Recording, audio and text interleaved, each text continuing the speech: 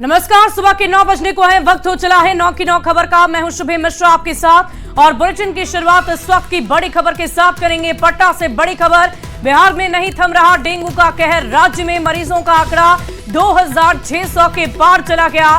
सिर्फ पटना में अब तक 1300 डेंगू मरीज पाए गए। राजधानी के कई इलाके हॉटस्पॉट बन गए हैं। बारिश के बाद मरीजों में तेजी से इजाफा देखा जा रहा है। IGIMS में भी डेंगू वार्ड में बेड की संख्या बढ़ा दी गई है ताकि मरीजों को मुकम्मल स्वास्थ्य व्यवस्था मिल सके, सुविधाएं मिल सके। पटना से बड़ी खबर आपको बता रहे हैं, लगातार डेंगू के मरीजों के आंकड़ों में इजाफा देखा जा रहा है। न्यूज 18 भी आपसे यही अपील करता है कि बदलते मौसम में बारिश के दिनों में अपने आसपास स्वच्छता बनाए रखें, स्वस्थ रहें, सेहतमंद रहें, क्योंकि इन दिनों आंकड़ों में इजाफा हो रहा है। ऐसे में आपको भी सावधान रहने की जरूरत है।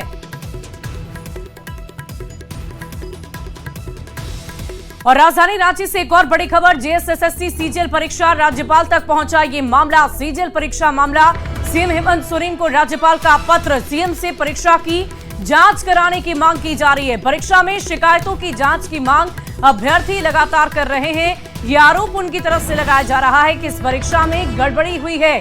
पेपर की सील खुले मिलने के आरोप अभ्यर्थियों की तरफ से लगाए जा रहे हैं। इस वक्त की बड़ी खबर आपको बता रहे हैं, JSSSC सीजीएल परीक्षा से जुड़ी हुई राजधानी रांची से इस पूरे मामले पर राज्यपाल ने संज्ञान लिया है और राज्य के मुख्यमंत्री हेमंत सोरेन को पत्र लिखकर कहा है कि इस पूरे मामले की जल्द से जल्द जांच पड़ताल पूरी की जाए। और इधर पश्चिम बंगाल में बिहार के छात्रों को धमकाने वाले रजत भट्टाचार्य का पुलिस ने हिरासत में ले लिया है। लेकिन उसके पहले केंद्रीय मंत्री गिरिराज सिंह ने वीडियो को पोस्ट करके एक बड़ा सवाल उठाया। सवाल है कि पश्चिम बंगाल में बिहारियों की पिटाई पर ममता क्यों नहीं दे रही सफाई। मार दीजिए, कोई बड़ी बात नहीं है। ज्यादा बात बोलता है, बैठ यहाँ पे, बैठ। धमकाने, धक्का देने, धक्का देकर गिराने और फिर कान पकड़कर उठक बैठक कराने की ये तस्वीरें पश्चिम बंगाल की है, जिसे खुद शेयर किया है केंद्रीय मंत्री गिरिराज सिंह ने। आप कहाँ जाएगा तुम लोग? सोशल साइट X पर पोस्ट के जरिए पश्चिम बंगाल में बिहार के बच्चों के साथ मारपीट का आरोप लगाया था। गिरिराज सिंह ने सोशल मीडिया X पर लिखा था कि बंगाल में रोहिंग्या मुसलमान के लिए रेड कारपेट और परीक्षा देने गए बिहार के बच्चों के साथ मारपीट। क्या ये बच्चे हिंदुस्तान के अंग नहीं हैं? बिहार के बच्चे अगर जा रहे हैं वहाँ एग्जाम देने के लिए, उनके साथ गुंडाई कर रहे हैं, मार रहे हैं, पीट रहे हैं, भगा रहे हैं। ये बिहार के तेजस्वी यादव भी देखे, राहुल गांधी भी देखे और बताएं कि बंगाल में बंगाल राष्ट्र है और या बंगाल भारत का एक अंग है। पश्चिम बंगाल में बिहार के छात्रों की पिटाई ने बिहार की सियासत को गरमा दिया। बिहार सरकार के मंत्री मंगल पांडे और जेडीयू के राष्ट्रीय प्रवक्ता राजीव रंजन ने पश्चिम बंगाल के मुख्यमंत्री ममता बनर्जी पर तो निशाना साधा ही, तेजस्वी यादव से भी सवाल किया कि अभी तक तेजस्वी यादव की ओर से इस वीडियो पर कोई प्रतिक्रिया नहीं आई है। ममता बनर्जी की सरकार खुलेआम गुंडों को संरक्षण देती है, गुंडागर्दी करने वालों को प्रोत्साहित करती है और जो टीएमसी के गुंडे हैं वो ऐसा कुकृत्य करते हैं। हैरानी है कि अब तक तेजस्वी यादव का कोई न इस वीडियो को लेकर के कोई उनकी प्रतिक्रिया आई है, न उनकी कोई चेतावनी पश्चिम बंगाल सरकार को आई। पश्चिम बंगाल में बिहार के छात्रों की पिटाई का वीडियो वायरल होने के बाद पुलिस हरकत में आई और वीडियो के जरिए पहचान कर बांग्ला पक्खो संगठन से जुड़े रजत भट्टाचार्य को गिरफ्तार कर लिया और सिलीगुड़ी थाने में पूछताछ की। ये तो पूरा देखना पड़ेगा, वो एडमिनिस्ट्रेटिव मैटर है, पुलिस देख रहे हैं। बांग्ला पक्खो संगठन के लोग पहले भी हिंदी में लिखे साइन बोर्ड को मिटाते रहे हैं। सवाल है कि क्या देश को बांटने की साजिश चल रही है? न्यूज 18 के लिए दिल्ली से अमितेश सिंह, पटना से अमित कुमार और रजनीश कुमार के साथ ब्यूरो रिपोर्ट। और बंगाल में बिहारी छात्रों की पिटाई पर केंद्रीय मंत्री ललन सिंह ने नाराजगी जाहिर की है। उन्होंने आरोप लगा दिया है कि बंगाल में ना तो कोई कानून है और ना ही सरकार बंगाल में अराजकता की स्थिति होने का आरोप लगाते हुए उन्होंने कहा कि बंगाल सरकार को 1 मिनट भी रहने का हक नहीं है। अरे बंगाल में कोई कानून है क्या? बंगाल में कोई कानून नहीं है, कोई सरकार नहीं है। बंगाल में अराजकता की स्थिति है, इसलिए बंगाल की सरकार को 1 मिनट रहने का हक नहीं। और राज्यसभा सांसद और जेडीयू के राष्ट्रीय कार्यकारी अध्यक्ष संजय को परिवहन, पर्यटन और संस्कृति संबंधी समिति का अध्यक्ष बना दिया गया है। इस पर संजय झा ने अपनी खुशी भी जाहिर की है। साथ ही कहा है कि काम करने को लेकर मैं बिल्कुल तैयार हूं। सोशल मीडिया साइट एक्स पर संजय झा ने लिखा है कि परिवहन, पर्यटन और संस्कृति पर संसदीय स्थायी समिति के अध्यक्ष के रूप में नियुक्त होने पर मैं सम्मानित महसूस कर रहा हूं। मैं अपने सम्मानित साथी सांसदों के साथ मिलकर सड़क, नागरिक उड्डयन, शिपिंग, पर्यटन और संस्कृति जैसे महत्वपूर्ण क्षेत्रों में नीति परिदृश्य को आकार देने में योगदान देने के लिए तत्पर हूं। दीर्घकालिक योजनाओं और नीतियों पर ध्यान केंद्रित करके अस्थायी समितियां कार्यपालिका का मार्गदर्शन करने, दिशा, अंतर्दृष्टि और सिफारिशें देने में महत्वपूर्ण भूमिका निभाती है, ताकि ये सुनिश्चित किया जा सके कि हमारे राष्ट्रीय लक्ष्य व्यापक दूरदर्शी परिप्रेक्ष्य के साथ पूरे हों।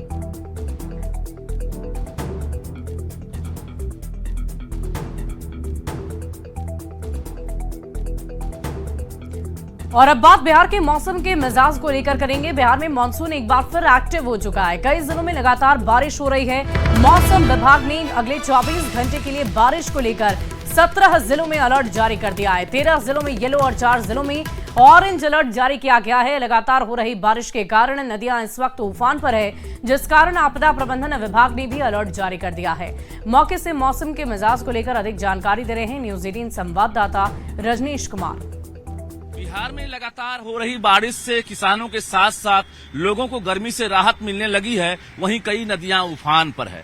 मौसम विभाग ने अगले 24 घंटे के लिए अलर्ट जारी कर दिया है और 17 जिलों में मध्यम से लेकर भारी बारिश की संभावना जताई गई है। यानी 13 जिलों में येलो अलर्ट और 4 जिलों में ऑरेंज अलर्ट जारी किया गया है। इस दौरान 30 से 40 किलोमीटर प्रति घंटे की रफ्तार से हवाएं चलेंगी और लोगों से खतरनाक वज्रपात से सावधान रहने की भी अपील की गई है। आपदा प्रबंधन विभाग ने भी अलर्ट जारी किया है और मौसम विभाग ने भी अलर्ट जारी कर दिया है।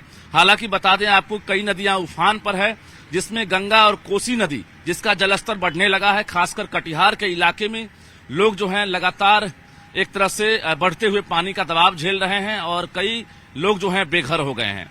कल भी बिहार के अधिकांश जिलों में बारिश की चेतावनी जारी की गई है और 3 अक्टूबर के बाद मानसून की विदाई की संभावना जताई गई है। कैमरामैन अमित के साथ रजनीश कुमार, न्यूज 18 पटना। और बंगाल की खाड़ी में उठी चक्रवात तूफान का असर अब सिवान में भी दिखने को मिल रहा है। सिवान में सुबह से ही तेज हवाओं के साथ बारिश हो रही है। मौसम विभाग ने सिवान सहित कई जिलों में तेज बारिश और ठंडके को लेकर अलर्ट जारी कर दिया है। लगातार हो रही बारिश के कारण तापमान में कमी दर्ज की गई है। आसमान में सुबह से ही काले बादल छाए हैं। साथ ही लोगों को भीषण गर्मी से राहत मिल गई है। मौके से मौसम के मिजाज को लेकर अधिक जानकारी दे रहे हैं न्यूज 18 संवाददाता मृत्युंजय सिंह। सिवान में अचानक मौसम बदल गया है। आज सुबह से रुक रुक कर बारिश हो रही है। ऐसे में मौसम सुहाना हुआ है। यह तस्वीर सिवान शहर की है, जहां आसमान में काले काले बादल है तो वहीं तेज हवा चल रही है। ऐसे में सिवान के लोगों को उमस भरी गर्मी से राहत मिली है। सिवान में हल्की फुल्की बारिश हो रही है। ऐसे में जहां भीषण गर्मी से लोग परेशान थे, तो आज सुबह में से हो रहे हल्की हल्की बारिश से अचानक मौसम का मिजाज बदला है और आसमान में काले काले बादल के साथ तेज हवा और गरज के साथ बारिश हो रही है। मौसम विभाग ने सिवान सहित कई जिलों को मौसम को लेकर अलर्ट जारी किया है। तेज बारिश और गरज को लेकर अलर्ट जारी किया है। ऐसे में अब लोगों को सावधान होने की आवश्यकता है। अगर तेज बारिश और गरज हो तो बाहर नहीं निकले, खुद सावधानी बरते। मृत्युंजय सिंह, न्यूज 18 सिवान। में मौसम का मिजाज अचानक से बदल गया है। सुबह से हो रही झमाझम बारिश की वजह से लोगों को गर्मी से राहत मिल गई है। किसानों के लिए भी बारिश काफी फायदेमंद साबित हो रही है। मौसम विभाग ने बारिश को लेकर 3 दिनों तक के लिए अलर्ट जारी कर दिया है। बारिश के बाद लोगों ने राहत की सांस ली है। अधिक जानकारी दे रहे हैं संवाददाता चंदन कुमार। दिनों से भीषण गर्मी से लोगों को आज राहत मिलते दिख रही है और देखिए किस तरह से आरा के आसमान में बादल छाए हुए हैं और सुबह में बारिश भी हुई है, जिसके कारण लोगों ने राहत की सांस ली है और अभी भी आसमान में देखिए काले काले बादल छाए हुए हैं और झमाझम बारिश भी हो रही थी। अभी थोड़ी देर के लिए बारिश रुकी है, लेकिन एक तरह से कहे तो मौसम पूरी तरह से सुहाना हो गया है और तापमान में गिरावट के कारण लोगों ने एक तरह से कहें तो काफ़ी राहत महसूस की है और लोगों को भीषण गर्मी से राहत मिली है। इसलिए कि 3 दिन से इतना मौसम खराब था, लोग इतना परेशान था। बिजली का भी देखिए रहे हैं स्थिति क्या रह रहा है। साथ ही आपको बता दें कि हथिया नक्षत्र भी कल से आगमन हो रहा है, तो किसानों के लिए बहुत लाभ होगा ये बारिश से। धान के लिए रोग व्याधि निवारण होगा, किसानों के हित में बहुत अच्छा बारिश। लगातार इधर जो गर्मी पड़ रही थी और आज जो सुबह से ही मौसम खुशनुमा बन रहा था और बारिश हुआ और बारिश के बाद लोगों को काफ़ी राहत महसूस हुई है। मौसम विभाग के अनुसार आने वाले 2-3 दिन में भारी बारिश की संभावना है, जिसको लेकर अलर्ट भी जारी किया गया है।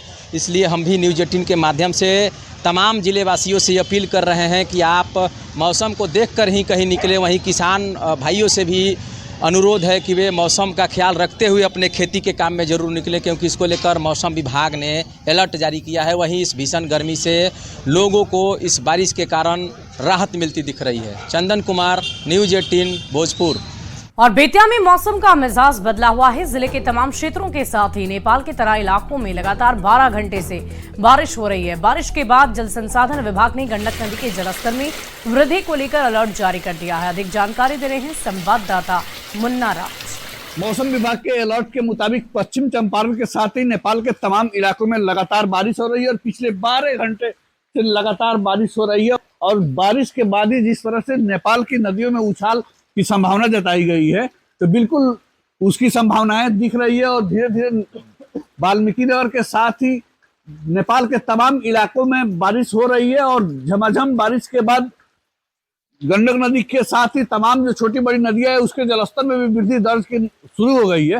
तो निश्चित तौर पर जिस तरह से जल संसाधन विभाग ने और मौसम विभाग ने अलर्ट जारी किया है और अलर्ट के हिसाब से पिछले 12 घंटे से लगातार मूसलाधार बारिश जारी है और इस बारिश जारी के बाद जल संसाधन विभाग की टीम अलर्ट जरूर है और जिला प्रशासन की ओर से भी सभी निचले इलाके के लोगों को सतर्क कर दिया। जल संसाधन विभाग की टीम अलर्ट जरूर है और जिला प्रशासन की ओर से भी सभी निचले इलाके के लोगों को सतर्क कर दिया गया है और जिला प्रशासन की ओर से सभी सीओ को पत्र जारी किया गया है कि निचले इलाकों में रहने वाले सभी लोगों की सुरक्षा का ध्यान रखें और सभी लोगों को सचेत कर दें कि वे बाढ़ की तैयारी में एक बार फिर से जुट जाएं। न्यूज़ 18 वाल्मीकि नगर। और गोपालगंज में भी बंगाल की खाड़ी से उठे चक्रवात का असर नजर आ रहा है। जिले में तेज हवाओं के साथ लगातार बारिश हो रही। बारिश के बाद जिले का तापमान भी कम होकर 24 डिग्री पहुंच गया है। NH 27 से लेकर नगर परिषद के रिहायशी मोहल्ले में जल जमाव की स्थिति हो गई है, जिस कारण लोगों को आने जाने में दिक्कत हो रही है। जिला प्रशासन ने आंधी पानी को लेकर अलर्ट जारी किया। मौके से और अधिक जानकारी दे रहे हैं संवाददाता गोविंद कुमार। बंगाल से उठी चक्रवात का असर गोपालगंज में भी देखने को मिल रहा है। लगातार यहाँ 3 दिनों से बारिश हो रही है और बारिश की वजह से कई रिहायशी मोहल्लों में जल भराव की समस्या उत्पन्न हो गई है। ये गोपालगंज का NH 27 है और NH 27 पर आप देख सकते हैं कैसे बारिश के बाद जल भराव हो गया है और लोगों की परेशानी भी बढ़ गई है। घुटने भर पानी जमा हो गया है तो कहीं 1 से 1.5 फुट तक पानी सड़कों पर बह रहा है। तो ऐसे में लोग भी परेशान हैं, क्योंकि लगातार बारिश हो रही है और बारिश की वजह से लोगों का जनजीवन भी प्रभावित हो गया है। तो वहीं तापमान में भी गिरावट दर्ज की गई है। अगर गोपालगंज में न्यूनतम तापमान की बात करें तो आज यहाँ पर न्यूनतम तापमान जो है 24 डिग्री तक पहुँच गया है और अधिकतम तापमान 26 डिग्री तक बने रहने का अनुमान है। तो ऐसे में बारिश को लेकर जहाँ मौसम विभाग ने अलर्ट जारी किया है, तो वहीं तापमान में गिरावट आने से लोगों को उमस भरी गर्मी से एक बार फिर से राहत मिली है। चक्रवात का असर अगले 2 दिनों तक गोपालगंज में बना रहा है। गोविंद कुमार, न्यूज़ 18 गोपालगंज। और भागलपुर से आपको बड़ी खबर बताएं, पुलिस गिरने से आवाजाही ठप हो गई है। पीरपैती प्रखंड में एक पुल गिर गया है। माफ करिएगा, बाबूपुर बाखरपुर पूर्वी पंचायत के बीच का ये पुल गिर गया है। गुरुवार देर रात ये पुल गिर गया। पुल गिरने से 1 लाख की आबादी प्रभावित हो गई और अभी तक मौके पर नहीं पहुंचे अधिकारी। जान जोखिम में डालकर आवागमन कर रहे हैं लोगों के लिए कोई वैकल्पिक व्यवस्था नहीं रखी गई है। तस्वीरें हम आपको दिखा रहे हैं। देखिए, बिहार में लगातार पुल गिरने का सिलसिला जारी है और एक बार फिर से इस पुल के गिरने से कितनी परेशानी लोगों को झेलनी पड़ रही है, उसकी तस्वीरें हम आपको आपकी टीवी स्क्रीन पर दिखा रहे हैं। पुल गिरने से आवागमन ठप हो गया है। पीरपैती प्रखंड में ये पुल गिरा है। बाबूपुर बाखरपुर पूर्वी पंचायत के बीच का ये पुल गिर गया। गुरुवार देर रात की ये घटना है और 1 लाख से भी ज्यादा आबादी इस पुल के गिरने से प्रभावित हो गई है। मौके पर अब तक अधिकारी नहीं पहुंचे हैं और जान जोखिम में डालकर लोग आवागमन कर रहे हैं। किसी तरह की कोई वैकल्पिक व्यवस्था वहां पर नहीं की गई है। गुरुवार की देर रात ये पुल गिरा है, लेकिन अब तक किसी तरह की कोई मुकम्मल व्यवस्था प्रशासन की तरफ से नहीं की जा सकी है। पंचायत प्रभावित हुआ है, 6-7 पंचायत है। 6-7 का यहाँ से तो हजूर नगर सिलमतपुर तक प्रभावित हो चुका है। चौथा पुल टूटा हुआ है पीरपैती का। अभी तक कोई प्रशासन कोई अभी कोई सुविधा नहीं मिला है किसी को तरह का। और इस पूरी खबर के अधिक जानकारी के साथ न्यूज़ 18 संवाददाता आशीष रंजन हमारे साथ फोन लाइन पर हैं।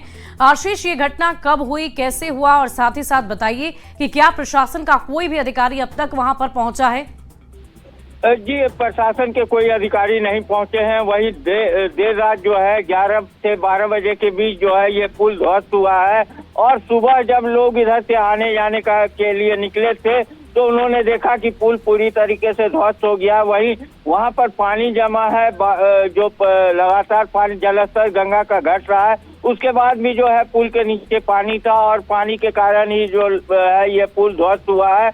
वहीं 2 साल पहले इसका निर्माण कराया गया था, लेकिन अभी तक वहां पर कोई वैकल्पिक व्यवस्था नहीं है। लोगों को नाव का सहारा ले रहे हैं और कुछ लोग जो है उसी टूटे पुल के ऊपर से पार करने का प्रयास कर रहे हैं, जो खतरनाक भी हो सकता है। वहीं अभी जो है वहां पर थाने की पुलिस पहुंची है, लेकिन जो प्रशासनिक अधिकारी हैं वो अभी तक मौके पर नहीं पहुंचे हैं और लोगों को कहे तो काफी परेशानी हो रही है। लगभग 1 लाख की आबादी जो है इससे प्रभावित होगी और लोगों को काफी परेशानियों का सामना करना पड़ेगा। जी आशीष, ये बताइए कि इस पुल से कहां के लोग आवागमन करते थे? इस पुल से 5 पंचायत के लोग जो है आवागमन करते थे। पीरपैती से बाखरपुर बाबूपुर पंचायत जो है वो उसके कई गांव जो है उनके लोगों का आना जाना इसी की ओर से होता था और अब जो है पुल ध्वस्त हो जाने के कारण कहीं ना कहीं नाव ही उन लोगों का सहारा अभी तत्काल रह जाएगा। जो नाव के सहारे ही वह प्रखंड कार्यालय या पीरपैती बाजार आ सकेंगे और दूसरा कोई चारा उनके पास नहीं है। जी चलिए आशीष, इस पूरी खबर पर आप लगातार नजर बना रखें। तस्वीरें हम अपने दर्शकों तक पहुंचा रहे हैं। बिहार में पुल गिरने का सिलसिला लगातार जारी है और देखिए कैसे जान जोखिम में डालकर ये स्थानीय लोग वहां इसी टूटे हुए पुल से आवागमन कर रहे हैं। गंगा अपने रौद्र रूप पर है और पानी का बहाव काफी तेज है, जिसकी वजह से 2 साल पहले ही बना हुआ ये पुल धराशायी हो गया, जिसकी तस्वीरें आपकी टीवी स्क्रीन पर। बढ़ते आगे, समस्तीपुर से बड़ी खबर आ रही है। स्वतंत्रता सेनानी ट्रेन पर पथराव हुआ है। जयनगर से नई दिल्ली जाने वाली ट्रेन पर पथराव हुआ। ट्रेन के खिड़की के शीशे को नुकसान पहुंचा है। किसी के हताहत होने की सूचना नहीं मिली है। मामले की जानकारी मिलने के बाद रेलवे महकमे में हड़कंप मच गया है। इस पूरे मामले को लेकर आरपीएफ और जीआरपी के द्वारा जांच शुरू कर दी गई। इस घटना से पूर्व में भी 14 जून 2024 को जयनगर से दिल्ली जाने वाली स्वतंत्रता सेनानी सुपरफास्ट एक्सप्रेस ट्रेन के ऊपर पत्थर की घटना हुई है। बीते 14 जून को हुई ट्रेन पर पत्थर की घटना में B6 बोगी के शीशे क्षतिग्रस्त हुए और ट्रेन में यात्रा कर रहे एक बच्चे सहित 2 यात्री जख्मी हुए। यह घटना दरभंगा रेलवे स्टेशन और कक्कड़ घाटी के बीच हुई थी।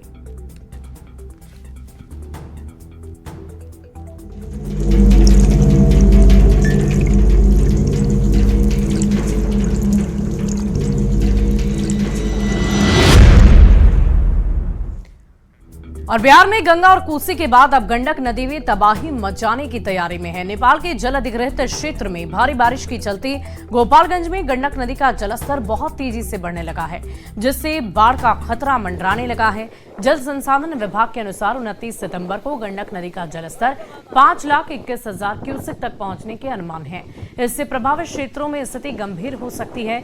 इसे लेकर गोपालगंज के डीएम मोहम्मद मकसूद आलम ने हाई अलर्ट जारी कर दिया है। डीएम ने सभी अधिकारियों को छुट्टी छुट्टियां रद्द करने की बात कही है और मुख्यालय से बाहर न जाने के निर्देश दिए हैं। आपदा प्रबंधन विभाग को एहतियातन तैयारियों के लिए कहा जा रहा है और निचले इलाकों में बसे लोगों को सतर्क रहने, ऊंचे स्थानों पर जाने की सलाह दी गई है। डीएम ने बाढ़ प्रभावित क्षेत्रों के थानाध्यक्ष, अंचल अधिकारी और बीडीओ को तटबंधों की कड़ी निगरानी करने के आदेश दिए हैं। गोपालगंज के मशान थाना घाट से गंडक नदी का जायजा लिया न्यूज़ 18 संवाददाता गोविंद कुमार ने। नेपाल में हो रही भारी बारिश के बाद गोपालगंज में गंडक नदी को लेकर हाई अलर्ट जारी किया गया है। गोपालगंज के डीएम मोहम्मद मकसूद आलम ने सभी अधिकारियों को और जल संसाधन विभाग को अलर्ट जारी करते हुए तटबंधों की लगातार निगरानी रखने का आदेश जारी किया है। हालांकि अभी गंडक नदी बिल्कुल शांत है और जल भी, पानी भी सामान्य से काफ़ी नीचे है, लेकिन जिस तरीके से गंडक नदी के जलस्तर में बढ़ोतरी का अनुमान जारी किया गया है और अलर्ट जारी किया गया है, उसको लेकर जल संसाधन विभाग और जिला प्रशासन की टीम पूरी तरह से अलर्ट मुस्तैद में आ गई है, क्योंकि अगले 48 घंटे बाद जलस्तर में वृद्धि होगी और निचले इलाकों में पानी तेजी से फैलेगा। वैसा तो हम लोग का कोई अभी खतरा का बात नहीं है। अभी पानी एकदम नियंत्रण में है, नीचे है, नदी सूख गया था। जब आएगा तो हम लोग अपना डिप्टी में मुस्तैद है, अपना निगरानी रखे हैं बांध को, तो कोई बात का दिक्कत ना हो। क्या नाम है आपका? रमा यादव। 5,29,000 आने से चिंताजनक तो होगी ही। अभी तक तो यहाँ कोई चिंता की बात नहीं है, लेकिन 5,29,000 आएगा तो यहाँ चिंता के विषय हो जाएगी। तो जिस तरह से अलर्ट जारी किया गया है उसको लेकर लोग भी चिंतित हैं। हालांकि जिला प्रशासन ने निचले इलाके में बसे लोगों को ऊंचे स्थानों पर जाने के लिए अपील की है और माइकिंग भी कराई जा रही है। गंडक नदी के जलस्तर में पहली बार 5,21,000 पानी जो है आने का अनुमान जारी किया गया है, तो ऐसे में लोग भी काफ़ी चिंतित हैं। गोविंद कुमार, न्यूज़ 18 गोपालगंज। और फिलहाल इस बुलेटिन में अभी के लिए बस इतना ही। आप बने रहे न्यूज़ 18 बिहार झारखंड के साथ।